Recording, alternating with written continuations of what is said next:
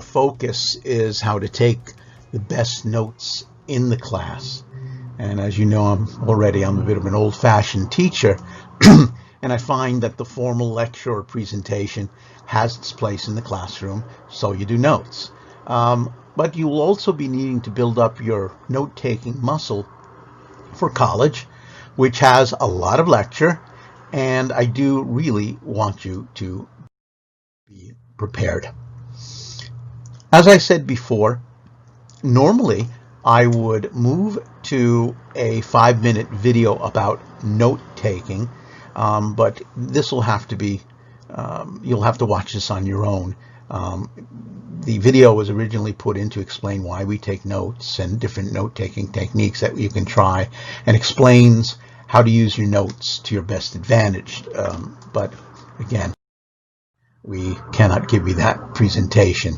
We can't broadcast over Google Meets for copyright reasons, and also because the technology isn't good enough to make it look good. Now, most of you are already familiar with the Cornell method of note-taking, where a page is divided into two. The first third is taken up with a column called cues, which you're supposed to fill in after class with the main ideas, the prompts, and questions. The other 2/3 is taken up with the notes themselves, the main points and details from class. How you take notes is up to you, and you might even want to use some of the techniques that you would be able to have seen in the video that had just passed. Finally, the bottom of the page is reserved for the summary. Again, this is something you do after class, and you distill the notes on the page to a good strong paragraph. So here are some examples of traditional Cornell methods of note-taking. As you can see, here's another example of a modified Cornell. And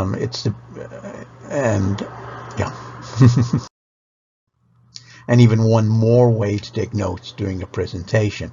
A lot of people like just taking random notes. Some people like the outline method, as you can see here. There are other folks who like, for when they're taking notes, using brainstorming. Others like using pictures and symbols, and sometimes even a combination of both. Last year, I think it was Vespa Merchant, the sister of Mr. Merchant, who did most of her economic notes with pictures, which I thought was pretty cool. Symbols. So there was going to be another video about alternative forms of note-taking, but I can't give that to you. That's a 9-minute video. And then there was going to be something on sketch noting. But again, these are something to watch for your own. For this class, however, we're going to be using a modified version of the regular Cornell notes, which I feel works best for my style of teaching. And as you can see here, each note page contains 3 parts. The notes themselves, and you can see that right there in the center. Your questions, or actually an index which will be over to the right, and then over to the far left, key ideas and additions, also abbreviated as supplementary material.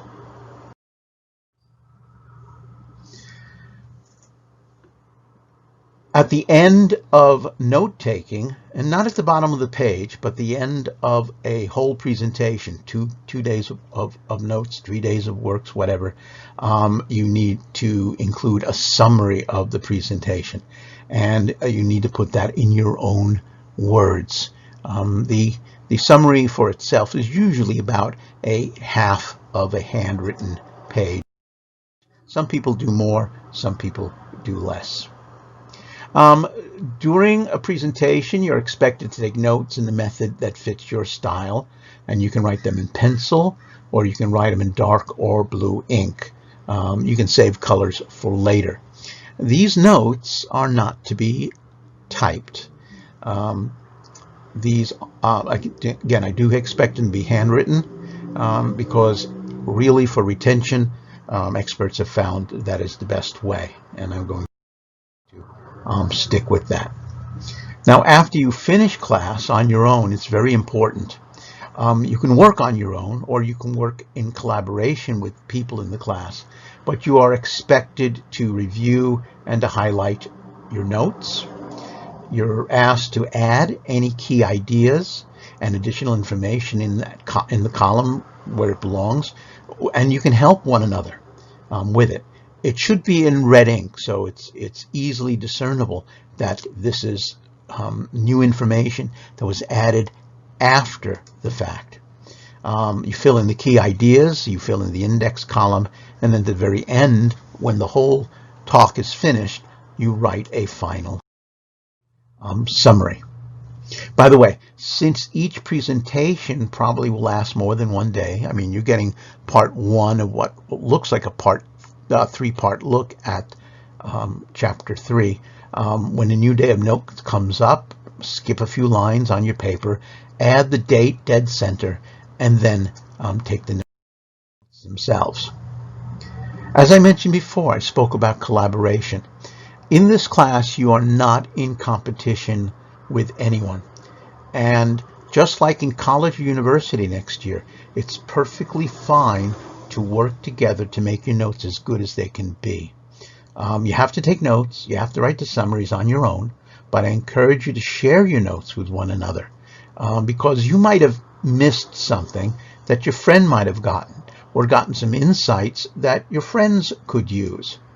In addition, if you could help one another on the indexes and so forth, that would be great too, so that we have a class consistency. If you're absent on note-taking day, really that's no problem. The notes are recorded, so you can record them on your own.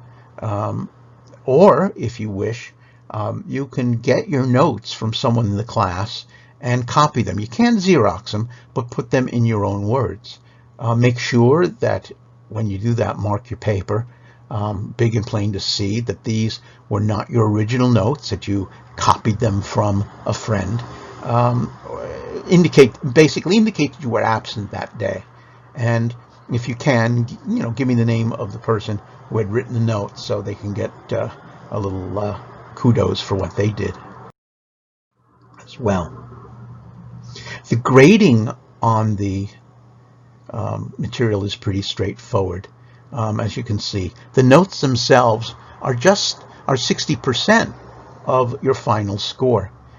So if you only turn in notes and don't do anything, that's a very low D. And again, you need to do that extra mile. The index is something that most people take about 2 minutes to do and get those extra 10 points. The ideas and additions, supplementary material is 20 points. And that's the part where people really fall short on, and I would like to see you to do a lot better than that. And then the final summary, which is about 10%, because many of you are going to be copying ideas from your summary, I know this, and putting in your own words and so forth. At the very beginning, on the first time that people try this method, half do exactly what they're supposed to do, and then the other half don't do what they need to do and get B's and C's and so forth. But that's usually a wake-up call. So by chapter 3, everyone understands what needs to be done. Everyone discovers, oh, it's all right to share the information with one another. And suddenly almost every single person has a very strong A on notes. And really, that's the point of it. I want you to learn this skill because in college and university, it's going to be so darn important for. All right.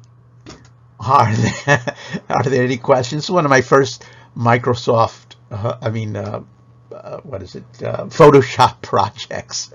I got really macabre. If there's any questions, I'll ask them when you're all back together again.